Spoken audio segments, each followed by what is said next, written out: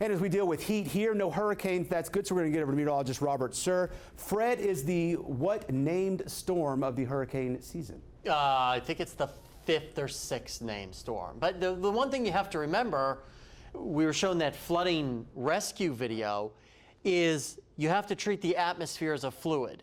So there's, reactions and opposite reactions. So it's crazy hot here. It's got to be crazy cold somewhere else.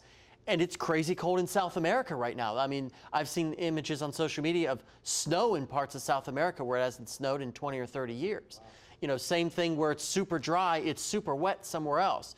You just have to remember that. We do have a heat advisory for that hot weather in effect for tomorrow, yet again for the entire area, as heat index values will most likely be in the 105 to 110 range, but it won't be nearly as oppressive, as we will see slightly lower dew points. Thankfully, we're right on the edge of that heat dome.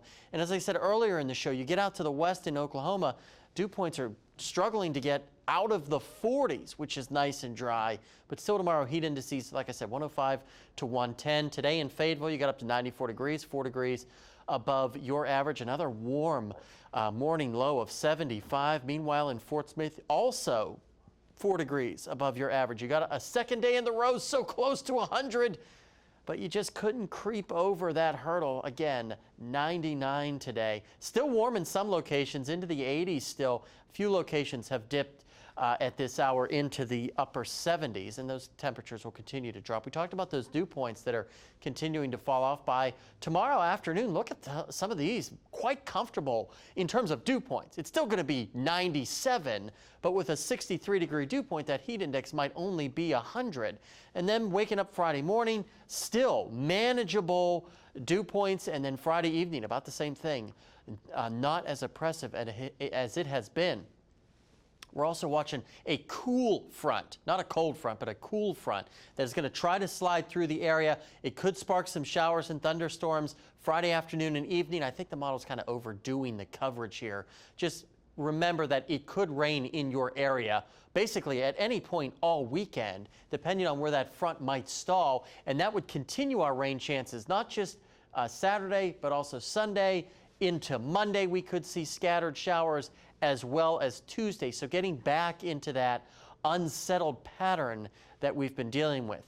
Lows tonight mostly bottoming out in the mid-70s. We'll rebound tomorrow pretty close to 100 degrees for just about everybody. And our heat index for tomorrow afternoon, it still looks bad, but it's not 115 or 120 like what we've been dealing with at times this summer. And then by Friday afternoon, not that bad at all in terms of our heat indices. And there's a look at the forecast. Folks, don't cancel your weekend plans because I don't think any of these days where you see the rainfall is going to be a glorified washout. Hit or miss showers and storms out there.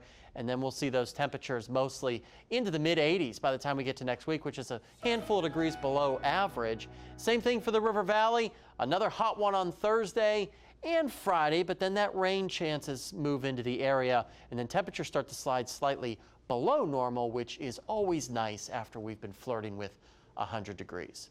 We're going to check sports right after a word from our sponsors.